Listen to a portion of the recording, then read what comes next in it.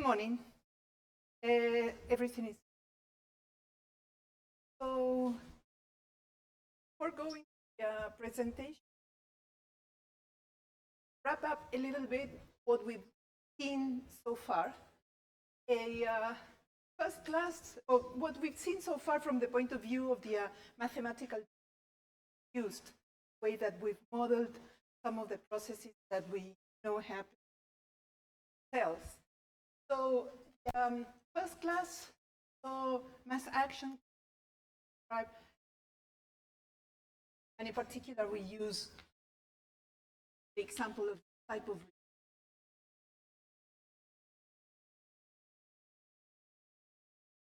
And we thought of this problem first in terms of number of molecules. So we were after an equation that would give us how the number of molecules in a volume would change. I'm making a summary of the previous class. And so we talked about concentrations, which is looking at the volume and divide the number of molecules by the volume. But we also mentioned that we could talk about probability. Then we introduced the idea of probability a little bit more formally, and in particular, so we have chemical reaction. The ion channel that could be states closed. Here we have. And from starters here, we started with probability because we were thinking of an individual that we could observe. Those were like the first behaviors in cells that could be observed like at the level of an individual protein. And because you could see through electrophysiology, the current that would go through the channel once it was open, and you could measure it with great precision using the patch clamp technique and see that stochastic process. So from starters, we introduced the idea of talking about probability, but basically the equations were similar. In the sense that here, for example, we had to encounter the two molecules, but once we encounter, which this tells us a little bit like the probability of them being together in a reaction region, then we had this type of equation. This was a change, like the two parts of the molecule came apart, but we can think of this as a conformation change. It's what happened in the case of the channel. Basically, we had that sign probability.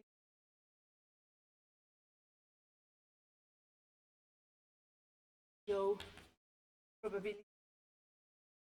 No. And of course, this channel is closed or open.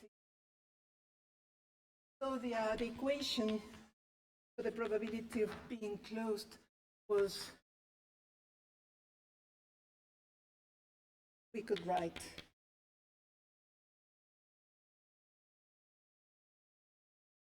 but it's the same type of equation, probability for the concentration.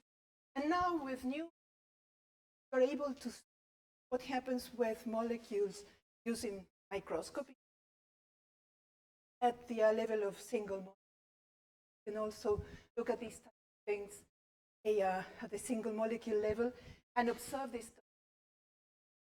But also for the channel, instead of looking at only one channel, if you use, there are different configurations of clamp. It can measure the current that goes through a single channel, or it can measure the current that goes through all the membrane of the cell, in which case you have several channels at the time. So then instead of thinking of this individual channel, you think of something like concentration, many channels. You have this for the number of channels. You could say the concentration of open channels have the same. And here, well, this would be the total concentration of channel minus the concentration of open channel, which, if you think of things on a membrane, would be not a typical concentration, but number of channels and area concentration. Now, when you are the situation that you can observe this at the level of a single molecule, you can either think of in terms of probabilities, or you can look at the behavior, open, close, the sequence of the stochastic variables. We said a stochastic variable is open. Look at you can simulate this also in the computer, the random process of a sequence, random variable, or of many.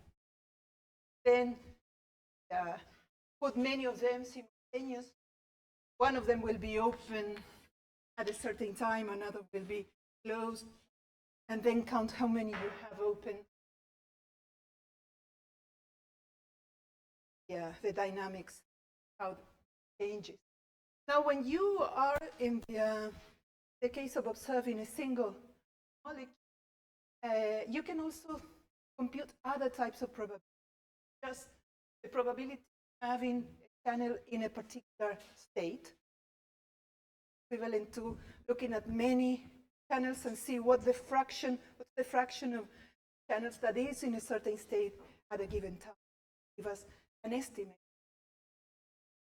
You can also look at other things, in particular at the time that the channel spends in a given state, which when you are in a problem in a channel, you can distinguish the open situation because you see current.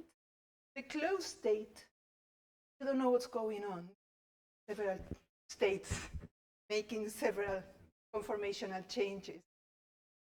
So from analyzing all these times, you can, of course, you can identify different time scales and try to infer there are many closed states there and make what is called a kinetic model that more sophisticated, this two-state model. And so this is what it matters here is what is called the waiting dwell time distribution.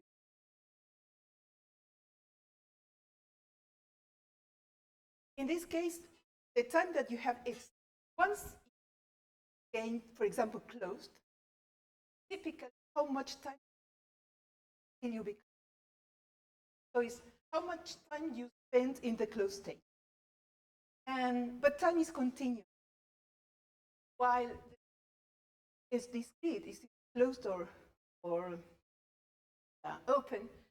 So we talk about probability. Time is continuous. Talk about the probability. So yeah, and that's what, or sometimes instead of probability density, we talk about distance. That's the waiting time. So that, for it's a probability density. And so make it dimensionless, I add the little, it's, as I told you yesterday, the increment, think this,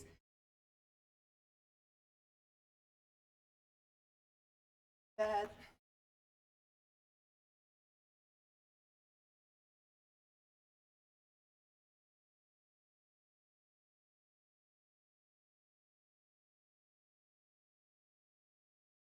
and then makes the transition to the closed state. So it would be the probability that started to be open at t and remains open for and dt waiting time And how can we compute this? We can do it a little bit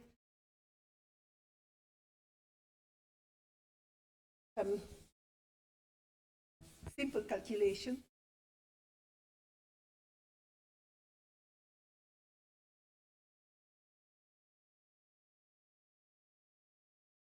O sería de canales abiertos. That's the problem with having chosen like this, but go there. Okay, so I have the channel became open here at equals 0, made that transition. Then t plus dt. They are in middle interval, makes the transition back from open to.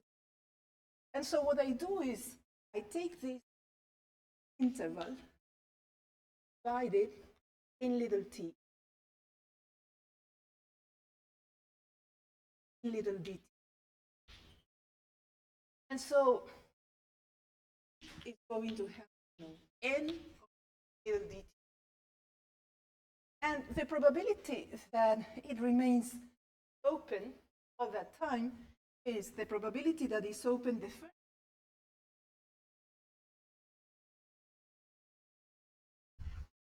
It's rather than the probability that it doesn't make the transition to the closed state. So if we had this, it doesn't make the closed state. Means this is the probability of switching from open to closed in the time interval that is. So I don't make the transition. Means 1 minus that probability. The first dt, the second dt, nth dt. I have n of these factors, and at the very last moment, I do the transition. Here I make the transition.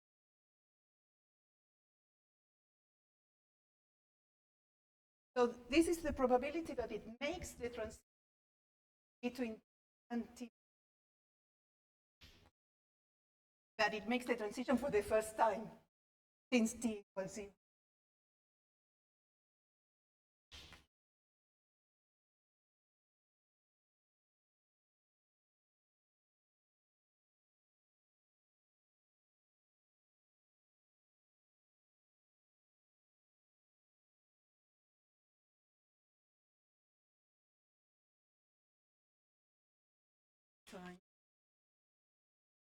Between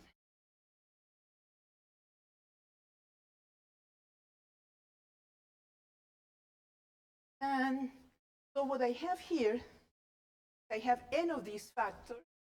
I have that factor to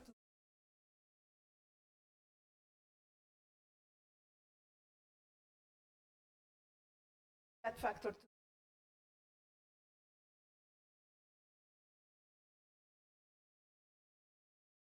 the open. And what I have, it's 1 minus n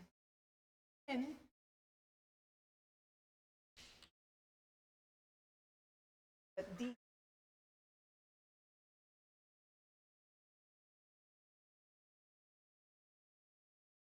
And if n is large enough, small enough, n is large enough, and we go to the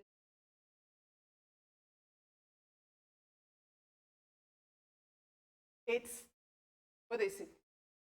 Exponential.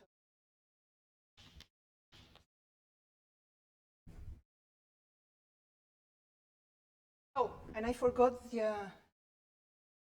this part, and then it's the transition. This is the part that it doesn't make the transition, and then at the end there is the. So that's the waiting time distribution. We have a single time scale, an exponent. And similarly, the closed waiting time distribution, the opposite, the other transition. And you can compute the mean time. It stays the open state. So in open time is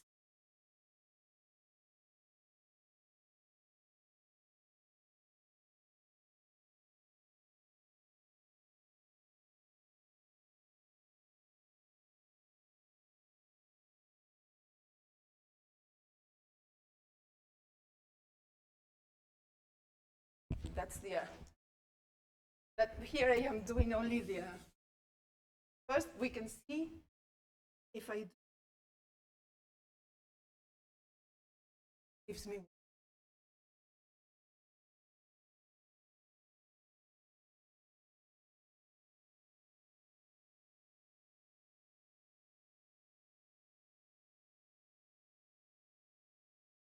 if I do this I have to parts what I get.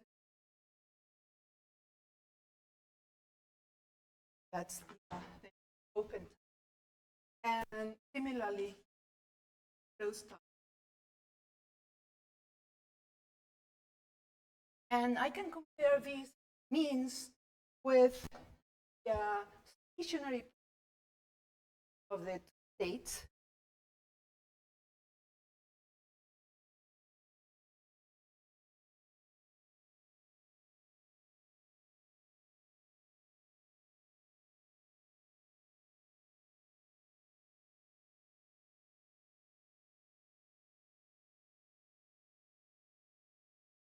Okay.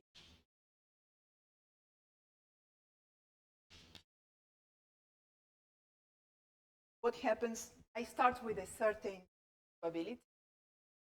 I have a bunch of channels, the fraction initial. I can compute what happens as time advances, the stationary situation from the point of view. Each individual channel will switch in, not a stationary situation real, but in terms of the average thing that is happening stationary. So stationary means I am looking at when this probability doesn't change, the probability.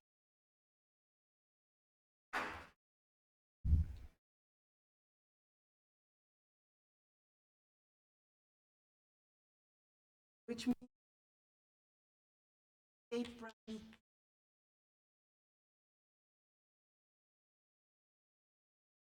prime A and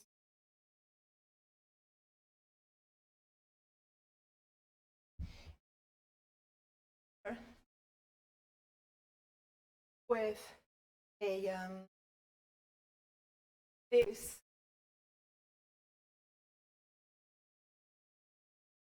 divided by A prime divided by K first. Now I divide by K prime. On top, I mean, above and the numerator and denominator.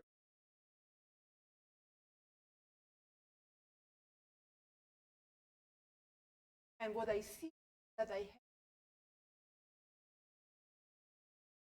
divided the sum of the open, that's the. And if the channel is either closed or open, when I look at the stationary system, what's the time it spends open divided by the whole time I am observing? Then I get an estimate. That's why when I observe the channel, compute how much time it spends in divided by the total observation. What is called the open. That's okay. So let me go. Yeah. With K on and K off. And so we have result out the, and if you have more more states or complicated cinetic, I don't know, like that. When you look at the this waiting time, the close time, for example, is characterized by more than one time. So you will be able to fit by more than one exposure. From there, you try to infer that there are more than one states. The problem is that you have more states, type of transition, or have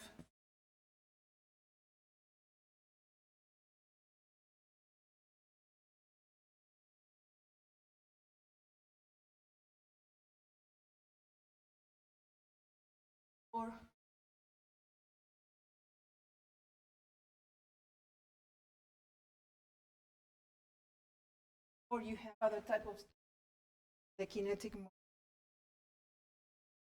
a one-to-one correlation, and the structure of dying plus a and this is trying to infer what is and what's the structure of the kinetic, trying to infer a hidden all the states. You only see there is more.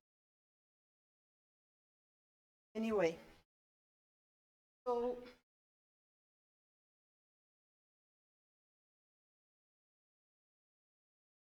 I just wanted you, Michaelis-Menten. This was done 20 years ago. What they did, enzyme, actually they put this with the end, and they managed a substrate that once it was transformed into a product by the enzyme became fluorescent. And so by observing locally where the heat was, and assuming that the fluorescence, the product once produced would leave the observation volume fast enough, or the fluorescence would decay if you. One of the problems with fluorescence is that you can bleed. Turn it off. Really? So they could compute the waiting time of what in this case? In this case, substrate, which is a single molecule, and that's the one that you're using, goes to the complex and then to the. And so what they were observing was once you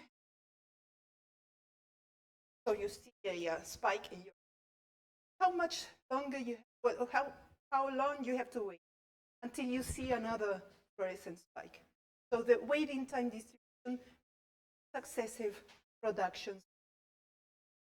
And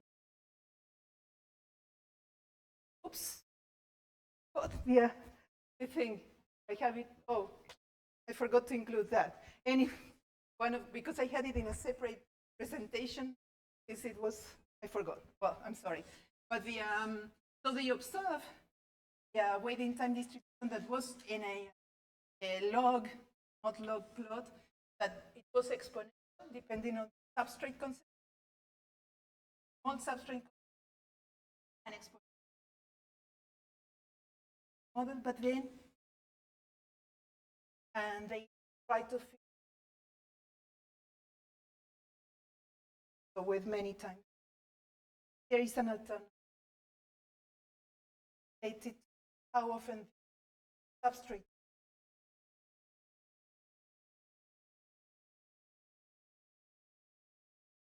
that I forgot to. Okay, now after this thing, which is summary, we are going to put it together, describe something related, signaling that we remember is, well, something happens inside, some change inside, some response. Well, how the cell responds depends on the pathway, but sometimes you have changes in expression, other times you don't. For example, I've already shown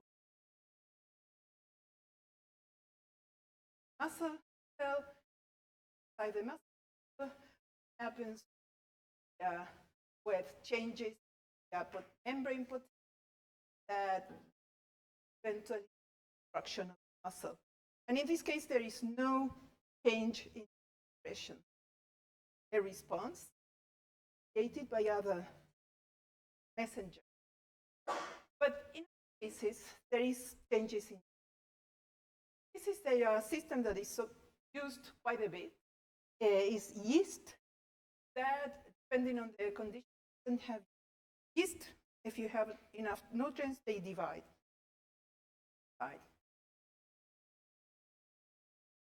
And but if you have them in a starvation, you can have two types of yeast. And in order to replicate, instead of dividing, they signal to one another. One of the types of yeast secrete pheromone that attracts the other type. And so they start to grow a protrusion, which is called a shmoo. Then eventually they fuse and they create organism, mixing up the genetic. So, and since yeast is cheap to work with, experiments to understand cell signaling. You can express many proteins and stuff, and this is an image of a cell. In the experiments, don't use the two cell types, but you use one of them and put this pheromone that is by the other ones on the cells. Make them grow the direction where that larger. In this case, they don't move, but they grow. Anyway, this is a picture of all the signaling cascade, but now we are going to focus on how you regulate, or how you can regulate. So basically, the way in which you regulate is you allow the machinery that reads the genetic information to read it or not. And usually it's by binding stuff on in different regions, control regions along the DNA. Those binding molecules are generically called transcription factors. Very, very simple scheme. I will show a more complicated, where you have the polymerase, the enzyme that joins together sites that are going to form the messenger RNA, and depending on the factors, we'll read that way. So probably a little bit in more detail how this is stolen from that book.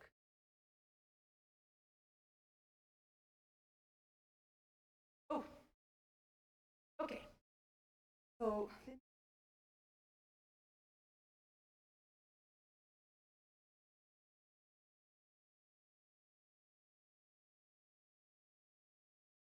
about it.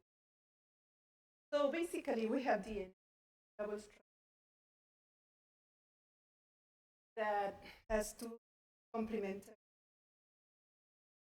composed base pairs.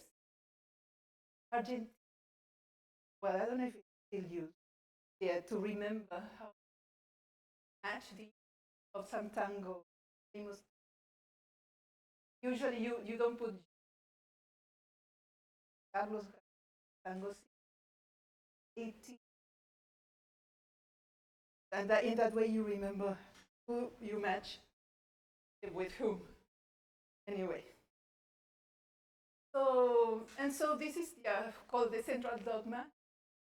You have along the DNA sequences codify for synthesis, eventually a protein. But this is done in basically two.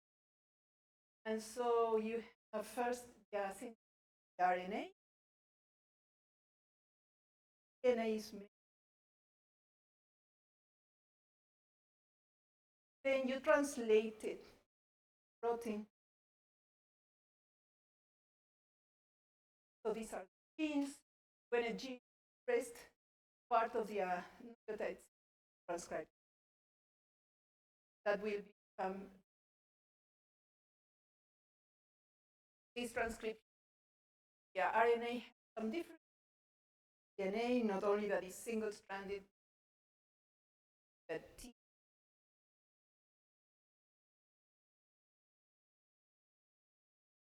Anyway, so this is how the process goes. Bind together to help bind to nucleotides that are arriving, region where the gene is read. And so the polymerases catalyze the formation of bonds, and they read the genetic in a certain direction, the DNA molecule called polar molecule, one end, the other strands. And the polymerase moves, and it forms this messenger RNA, and then has to be opening the strands on. Well, what the nucleotides that come with phosphates, energy to help. And once the RNA, the DNA, once it's read, it's released. So you can start reading the genetic information by several polymerases, the same genetic information, one after the other, for the whole RNA formed by. Okay. So you can control what proteins produce at different stages along all this process of transcription. And the most commonly used is at the step of. And so what you interfere is a recognition of the polymerase that has to read of the starting site of the gene. That's what you allow to happen or not. Change, whether if a gene is. And this is different depending on eukaryote or prokaryote. And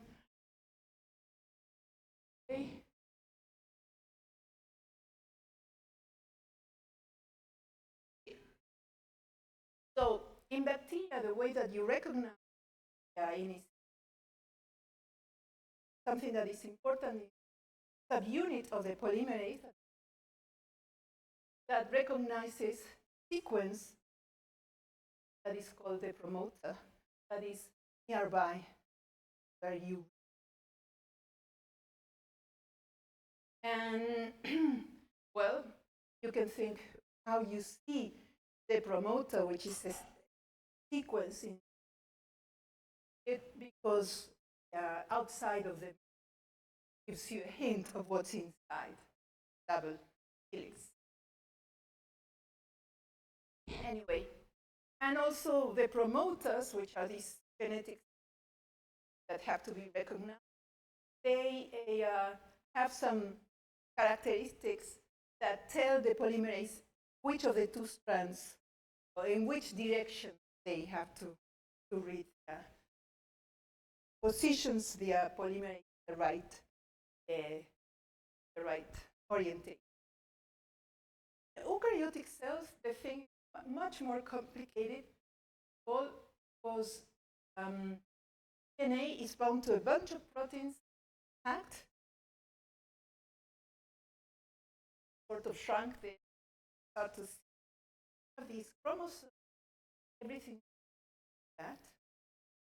They have to open up that, be able to read the. And you have a bunch of other proteins help the polymerase bind ANIC. Also to help with the opening of the double helix. So there is, plus the regulatory regions in DNA are not nearby where the gene is, further away and require that DNA has to bend and attach, and it's a very complex. And now there are other differences between what happens in these types of cells, but we are going to look. So let me now show an example of a regulation of transcription that is modulated by something that happens in the outside of a cell. This is with a very simple bacterium. So, and the bacterium is Escherichia coli. And this is something that happens here is that there are several genes, one after the other, that share the same promoter. And so you regulate one promoter, you turn it on or off, and you will be able to read or not all those genes. And that thing, those clusters are called operons. And so here what this slide describes, the transcription of an operon where one of the genes that is there is related to the eventual production of tryptophan. And what happens is that when tryptophan are low, you transcribe the operon, so because you want to create more tryptophan. And so the operon is transcribed, and what you do is actually produce enzymes which work together to synthesize tryptophan. And when tryptophan is abundant, then the amino acid is imported in the cell. This is it's in the environment, and you stop the production enzyme that catalyzes tryptophan. Okay, and so there is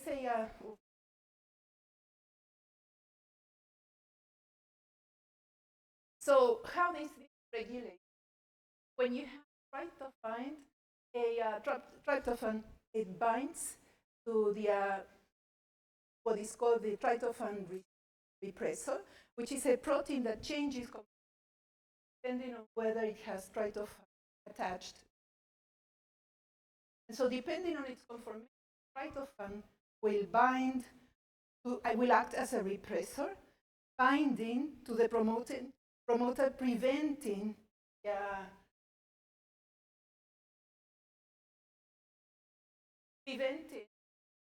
operon from being. And if tryptophan is not there, so repressor changes, comes off, so the polymerase attach, find that initiation site, start. Enzymes are involved in.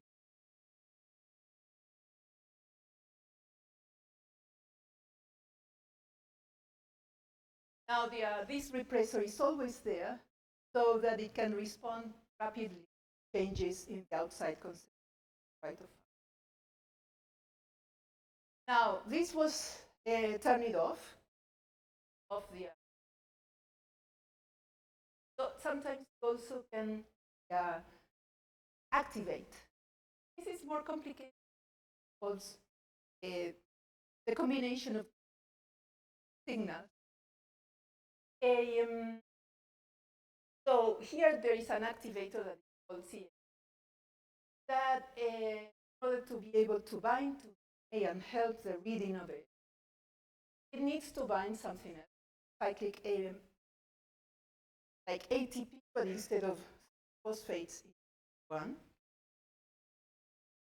And when you have this activator, then the genes that are regulated by CAP will start to be read once the CAMP concentration increases, because we need the CAP to be activated to be able, needs to bind this CAMP, be able to bind to DNA and exert its activated. And now this CMP concentration increases when glucose is no longer available. The switch that the bacteria have the enzymes to be able to digest other types of instead of glucose.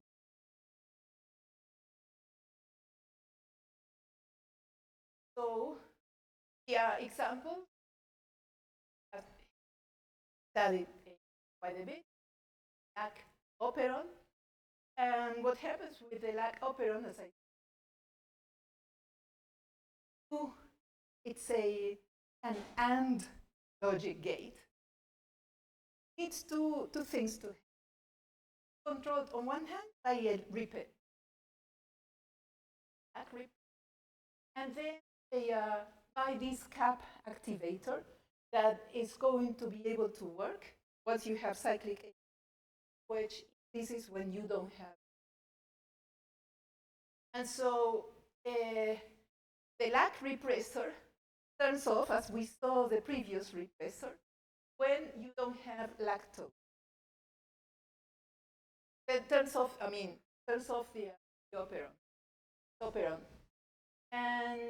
But if you don't have glucose, then you have CAP. That is something that is needed to produce the enzymes that will allow the bacteria to digest, for example, lactose. So, but to read the operon, you need the lac repressor not to be turning off the operon. So what you need is, on one hand, that glucose is not there, so that you have the CAP available, turn it on, and you need the lactose to be present, so that you turn off the repressor. So it's a circuit that behaves as AND gate.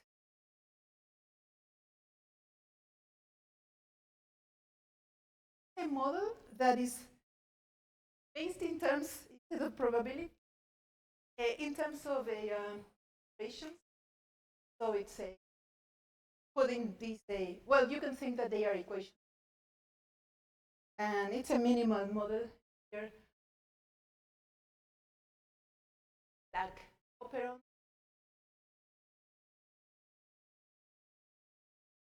So this operon. Oops, that Y in the code for 3 enzymes: beta galactosidase, lac permease, well, and the other one, solo. So the permease is something that will go to the membrane and allow the entry of lactose into the. And the other one changes the conformation of lactose from lactose to this other type, allolactose, and also breaks down lactose. But that allows the bacteria to digest lactose. Okay, so when you don't have this allolactose, the repressor is bound to the operon. When it's present, to the allolactose bind to the repressor. And then the repressor cannot bind on the regulating site of the to read the. Then you have the CAP which is the combination of cyclic AMP and AMP. And then it binds to a binding site on the operon, allowing the. So this is the description of the ingredients that will.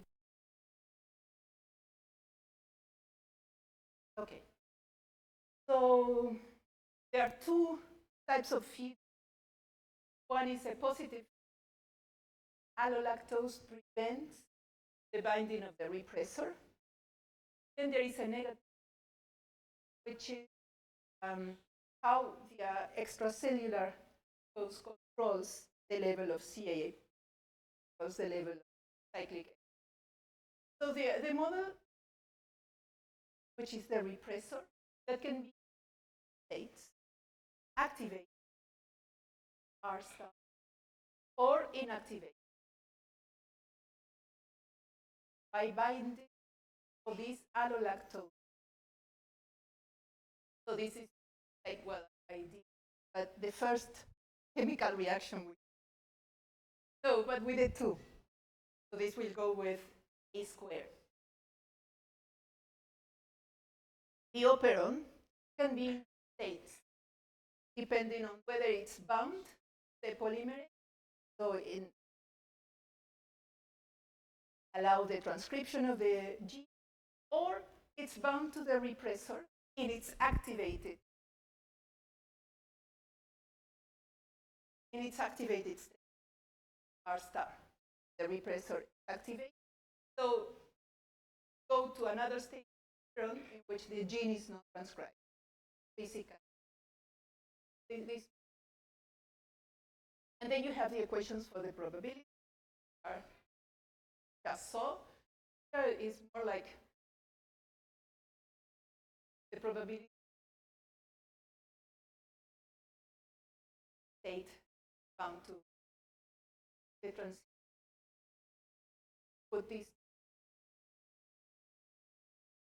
You can find the steady state, which is assuming, if you're thinking of that in steady state, because you are sort of assuming a 2-time scale separation, that these reactions occur fast enough. Go to instead of looking at dynamics changes, just assume that the different variables are related as if they were in equilibrium. So that's what you get by. Then you have the messenger RNA that codes for, and they are degraded. Remember that the operon has to be with the polymerase attached to it to be able to start the transcription. That's OP.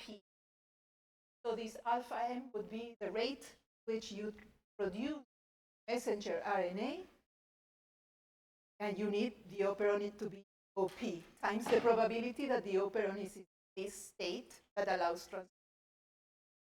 And then the messenger. And this thing comes from the assumption of equilibrium.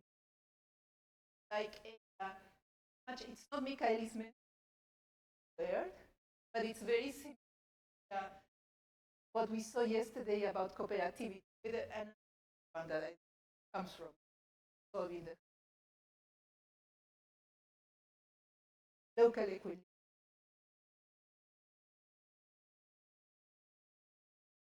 And then, well, from the messenger RNA, you're going to produce enzymes in model of them. The one that is going to the membrane that allows the lactose, and the other one that allows the digestion, basically. And so these are the equations. Times their production, proportional amount permeates go. They are transcribed one after the other, so at the same rate. The permease needs to get to the membrane, and that changes.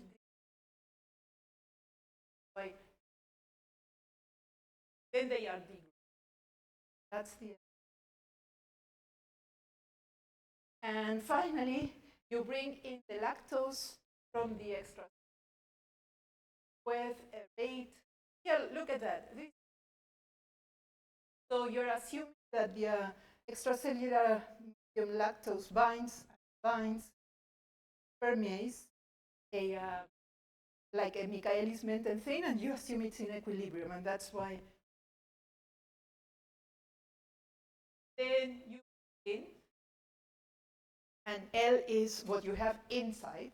LE is outside, L is. And you bring it in at a rate that depends on how much of permease you have on the membrane. Then you always, and then how this binds. So this is bound.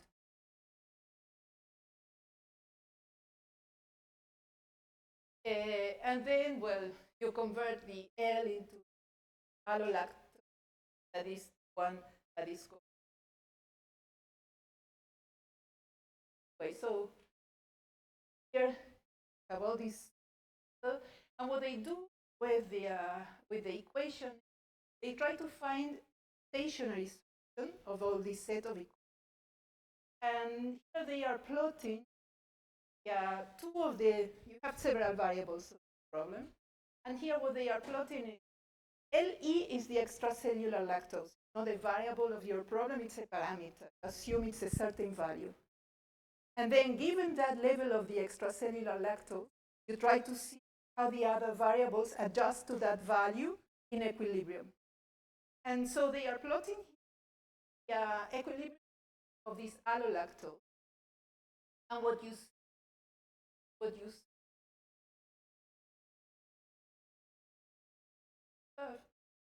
does it mean?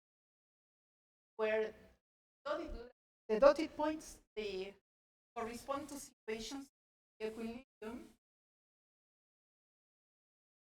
So you have lactose one years with eating of the gene.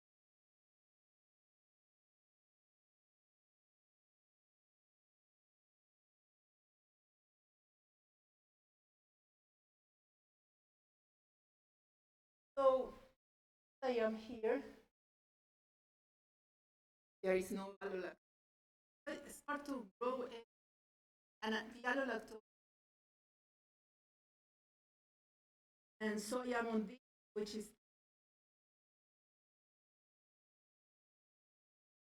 arrive no longer. But they have another solution, larger allolactose. So this is, so here I have two stable fixed.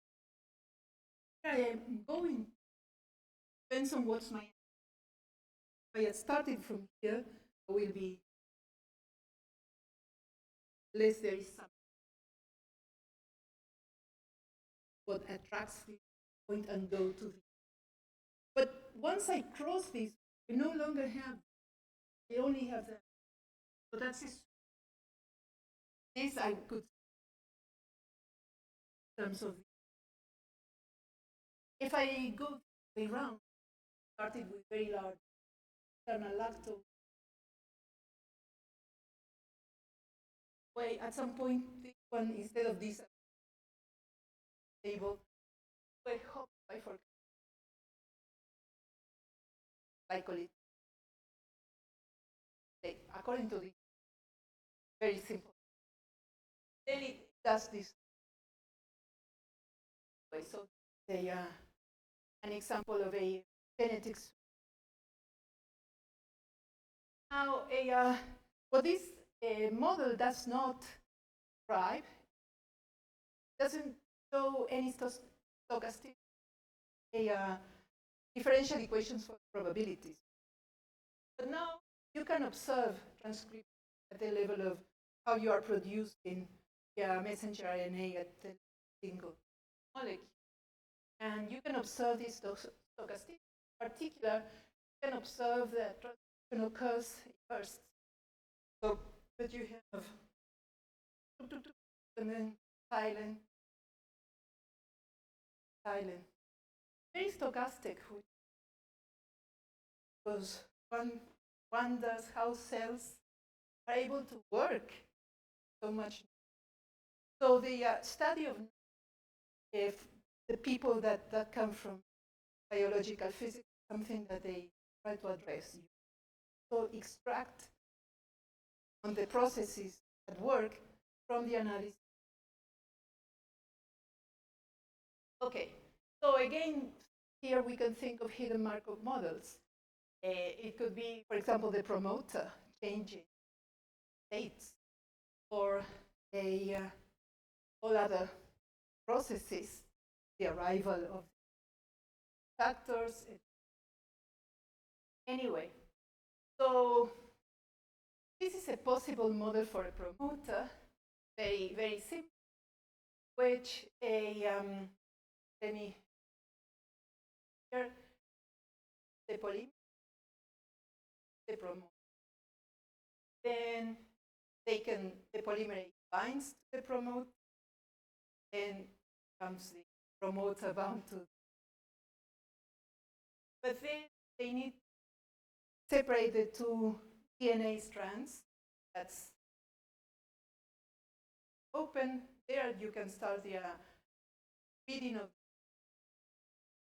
Then start what is called elongation. So first you stay bound to the promoter, the polymerase, when you read the first nucleotides of, and then the polymerase gets released from that initiation of the gene, continues to RNA elongation. It moves along the DNA. Don't read it. So, well, this is trying to estimate whether you can assume that this can be equilibrium. Comes from try to put run the probe field, right? So if this is equilibrium, it is maintained that this is, and right by a deviation ratio, but this is not this is the other way around. But the dissociation would be A minus. And so they are trying to estimate whether you can do that, and but then at what rate this becomes open, and then you escape, getting other estimates,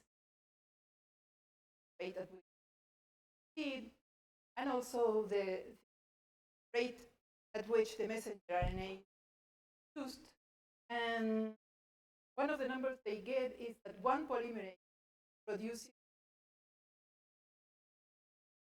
when you analyze messenger RNA, that is faster than that, and it's because of, I told you that you have this DNA and you have the polymerase. One of them here because it has already read a bit of the information here produced. But there is another one that is really read, because once you here you have the promote bacteria, but so you have the things sort of there, start reading. Once you leave that, start moving, even another polymer. What they use from that you have produced.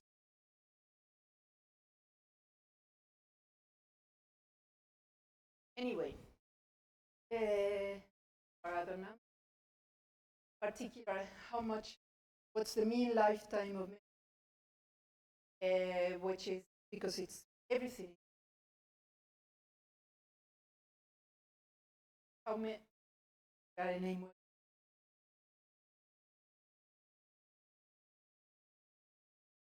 Okay, so this is the model, and here they are trying to estimate that equilibrium. Their conclusion that for the operon lag, not that good. The assumption very fast. There are two other time scales, quite good. But if you still assume that that's the, So making your life that would mean that you have this number probability given by of the stuff, much polymer around.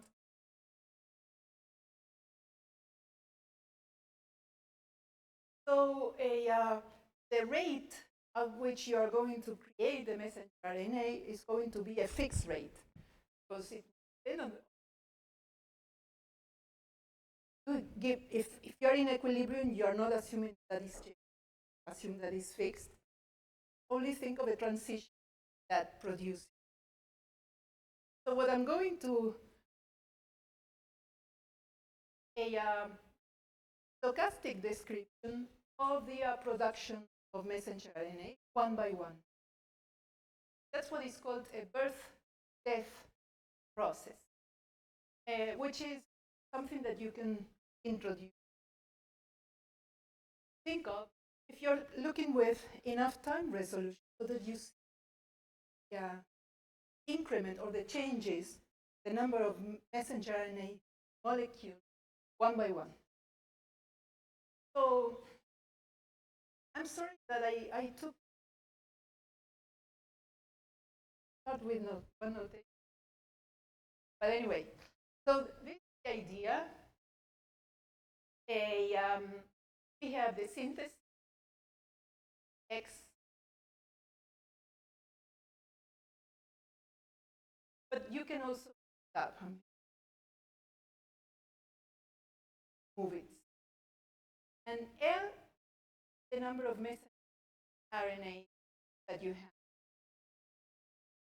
So if you synthesize two messenger RNA 8 beta S, then you can go from having N molecules, having N plus 1, so adding by 1, with these beta. And then you can also move one molecule, go from N to 1, add a rate that has the number Y.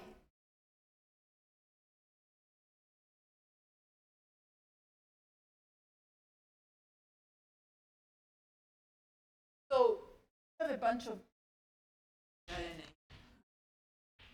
and you synthesize a new one, beta S, so you will add a new one, we'll add it with this.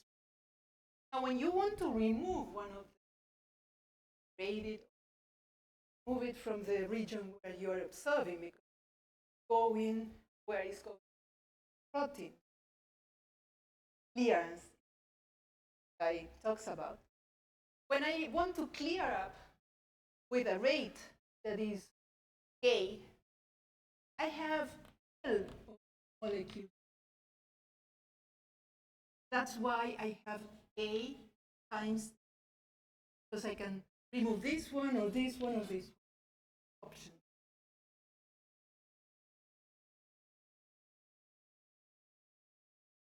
Not Friday yet, but it's post Friday for me. Anyway, so so this is the stochastic process is now Li, the number of RNA molecules, at Ti, because whenever you think of a stochastic process, I start.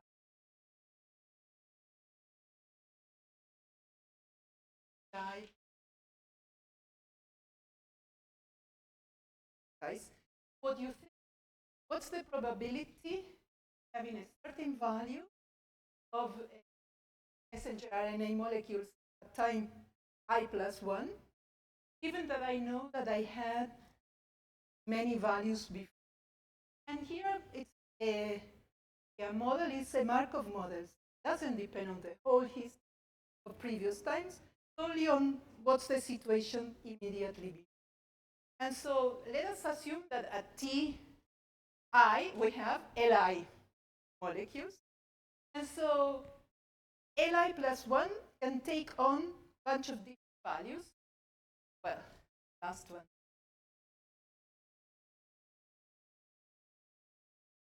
So Li plus 1 can be Li plus 1, but plus 1 not in the subscript.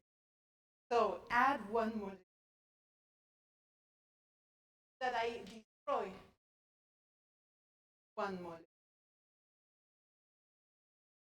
Or it could be that they stay the same.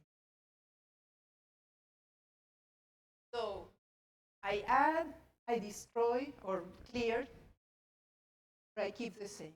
These are the probabilities of the option. So the rate at 8 molecule, the probability of adding one molecule during this, not the delta T, I plus I delta. So the rate at which I create during delta T, data S, the transition probability from the state Li to the state Li plus 1.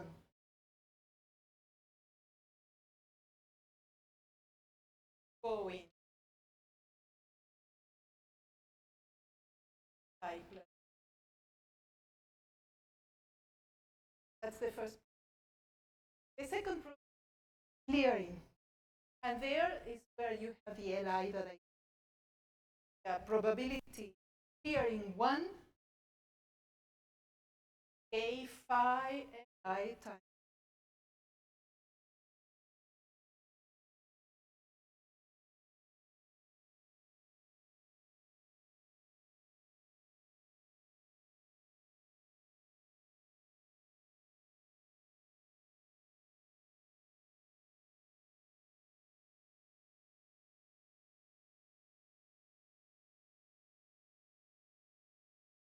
Then the probability that nothing happens is 1 minus the other two probabilities. So that you don't create one or you don't remove 1 minus the sum of the other two. So this is birth, death problem. And let me remember, if I think of a process in which think in terms of concentration, so that you have this is the production rate.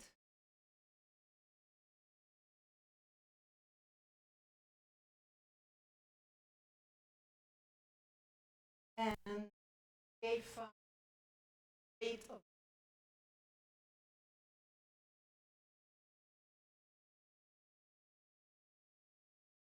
say, well,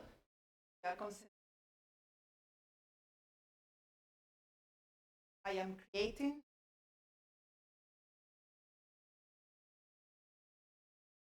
more than concentration number.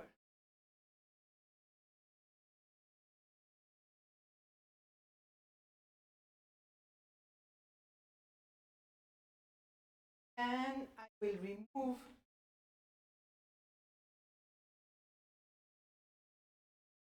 that's the equation as a solution case exponential equilibrium.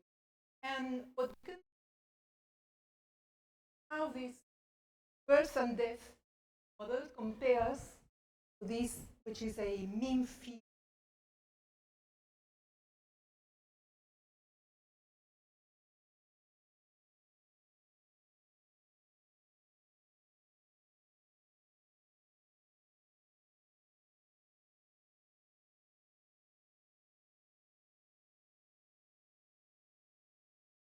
That change.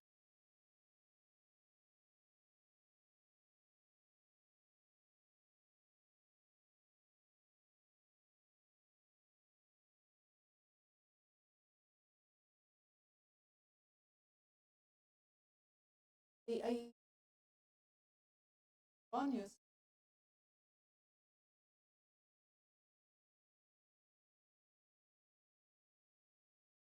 This is the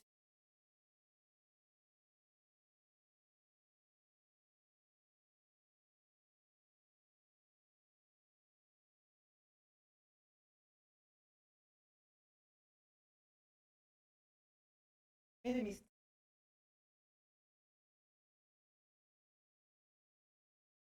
Okay, so this is the birth death problem. And what you can compute the mean number of RNA molecules at time I+1. And well, this is expression. This is basically the probability that you add Li times Pi times your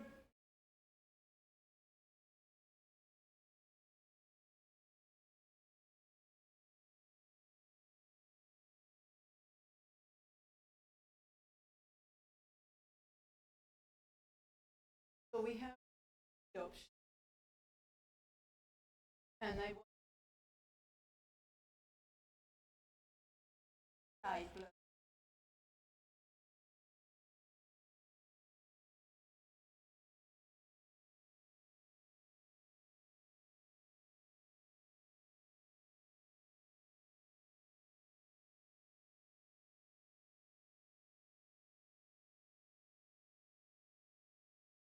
I+1. Let me write it better.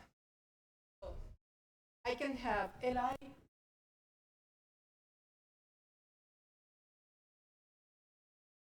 get Li plus time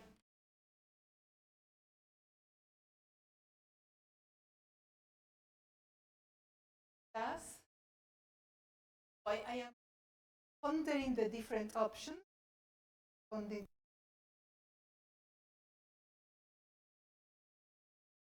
variable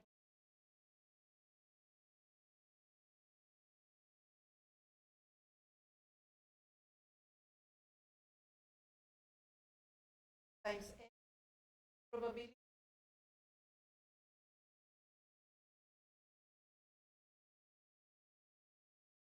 There are three options. So them with it. Right in of the probability at the previous time. And the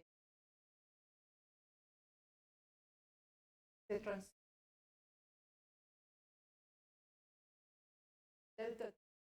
times the probability having Li at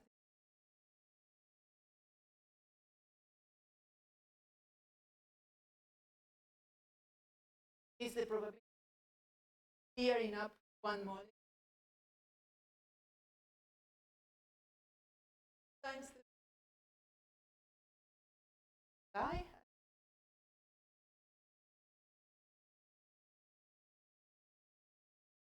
of having any of these transitions.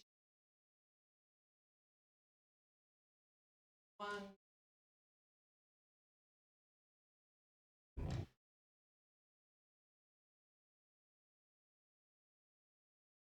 find and write every value of Li so that you can rewrite this in like the equation in the mean description corresponds counting. Okay, so they from the other book, and so here M is, and here would A. So this is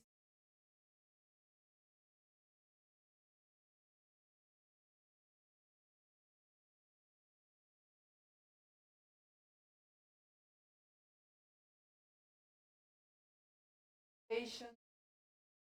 And besides looking at what happens with means, you can also look at what's the of the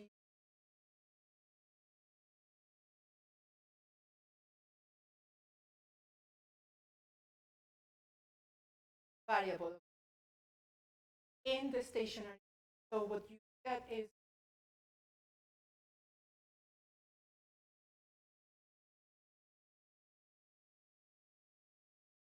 when they, and what you find that is with the ratio change rate, beta and A, beta, tear it up, gamma, gamma,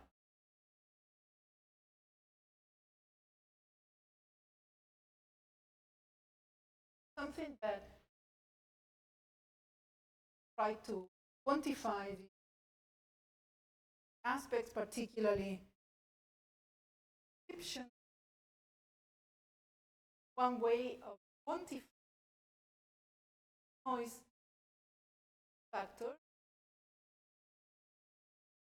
variance, RNA substate, divided by the, if we use Poisson distribution, which is stationary, that simple problem, which we assume that the rate of production is fixed, because we are assuming that all these regulations are in equity of the promoter. What you get is a factor, oh my goodness. I don't know what that, I didn't touch anything. But anyway, like, no, I am outside. Okay. Anyway, hopefully.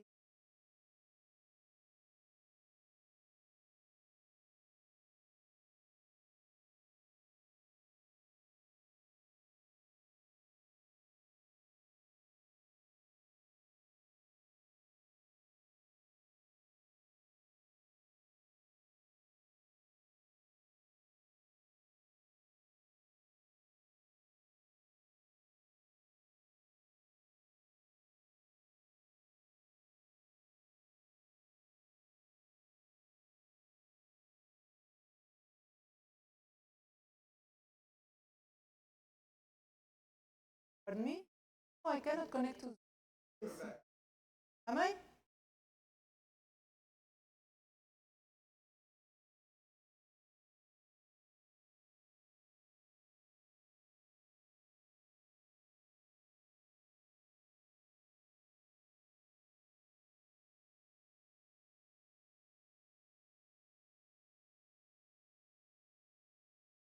So, can you try? But it,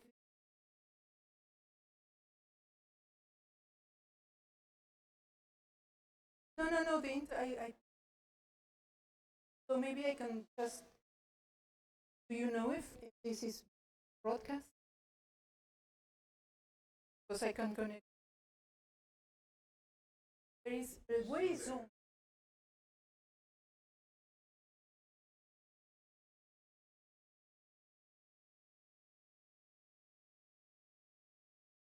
Here? This computer is all. Yes, this.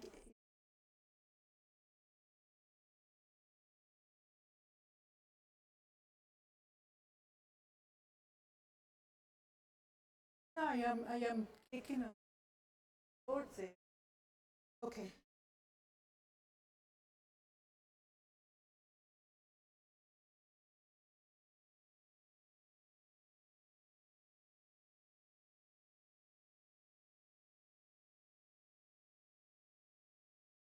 Oh, yes, but I cannot share. Can you, because I,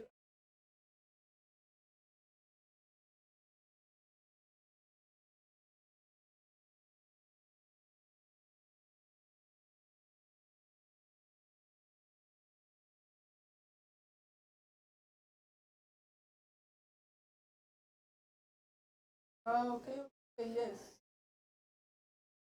Maybe, I cannot share yet.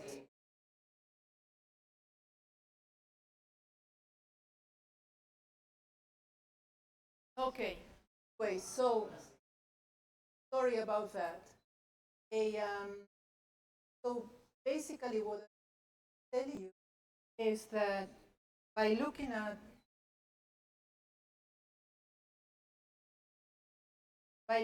the station would be variance over mean, how it behaves for different numbers, mean for if it's a Poisson, this ratio, the variance equal to. But when you go to the experiment, other variance. And so you can explore whether you can back if you can improve that.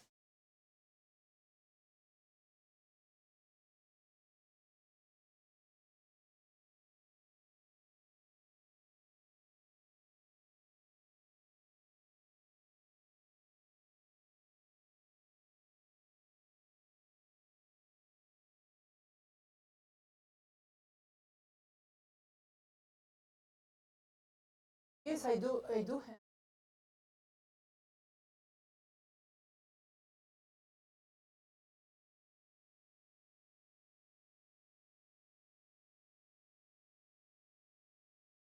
Get out, and I cannot share. Yes, I can share, but it doesn't.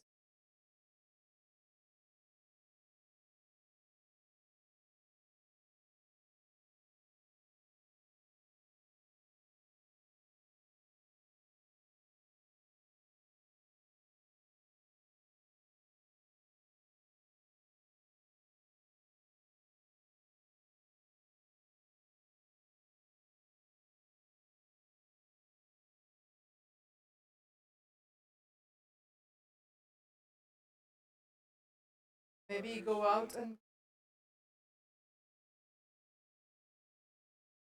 would me.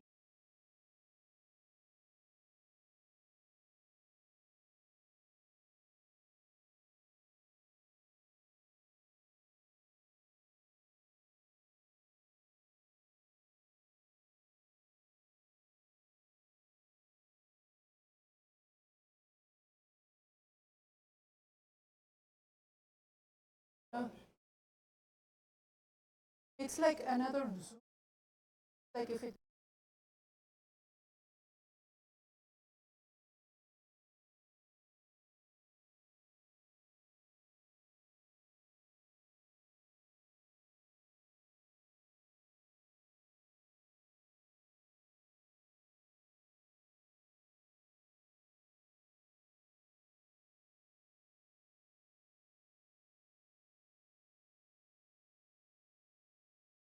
Okay. Sorry. Okay, sorry. Wait. So the idea is to now incorporate both models, the transition of the promoter state together, birth, death. Takes a while. Anyway, so basically, the model promoter can be active, and then you can create the messenger RNA one. Take a little bit longer.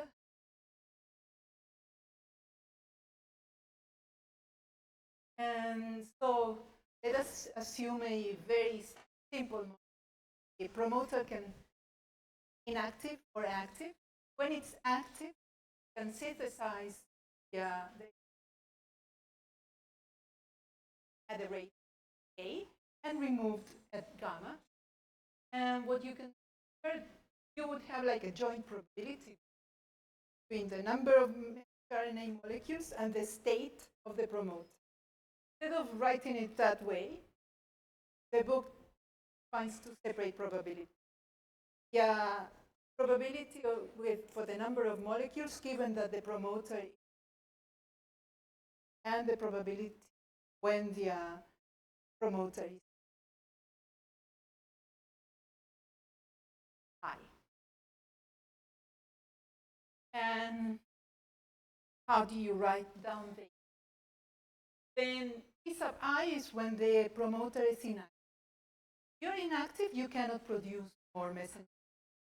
The only transition you're allowed is, on one hand, to change the situation of the promoter without having changed the number of messengers. This is changing the state of the promoter. So this is going from active to active, A+. And this is coming from active without changing the number of. Then you can remove. So you remove gamma, rate gamma, from the state with M, but you can also come from more plus 1 and removing 1.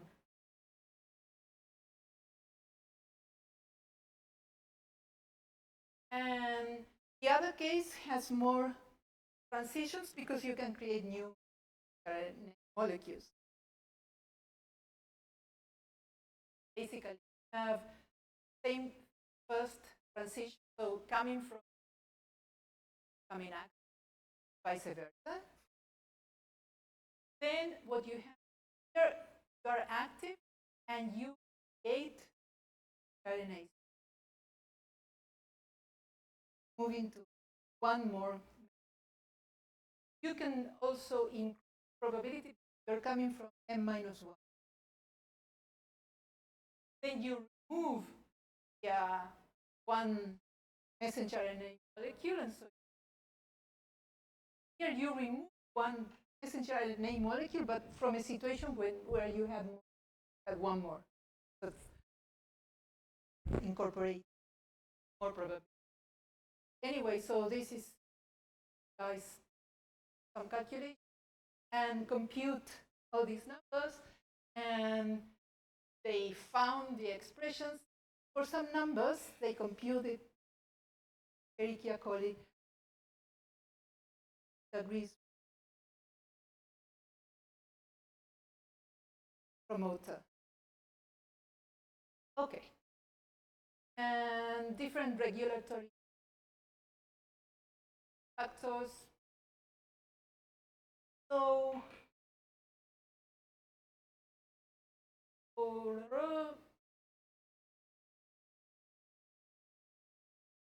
a problem that guide of track of the guides.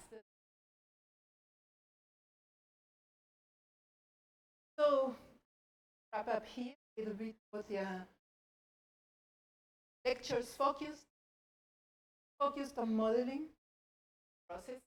And one thing that I always think of is what is good for.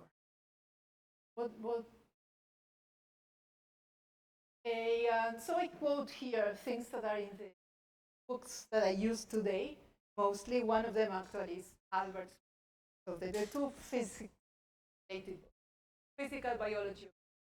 The last 50 years, biology evolution rivals the fertile period Tycho Brahe's Evans system of the world. So they see like a revolution. And although they claim that a handful of simple physics and complex biology might see models are pretty. The biological research team were important quantitative by the application.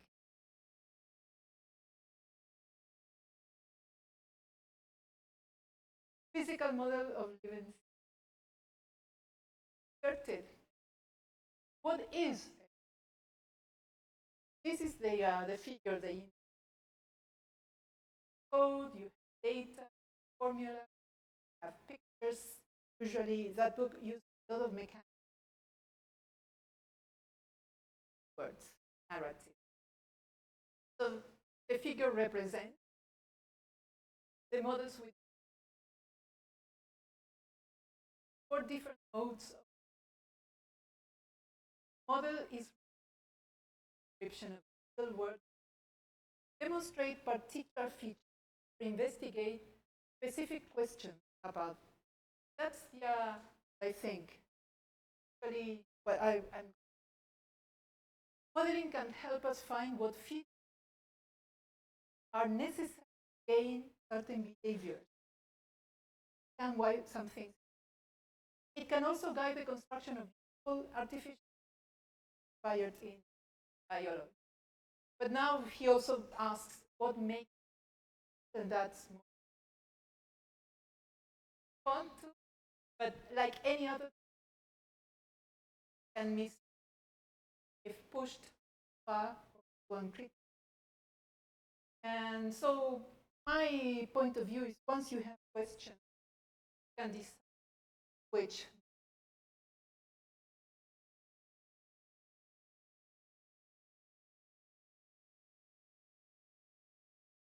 I hope that this guide you.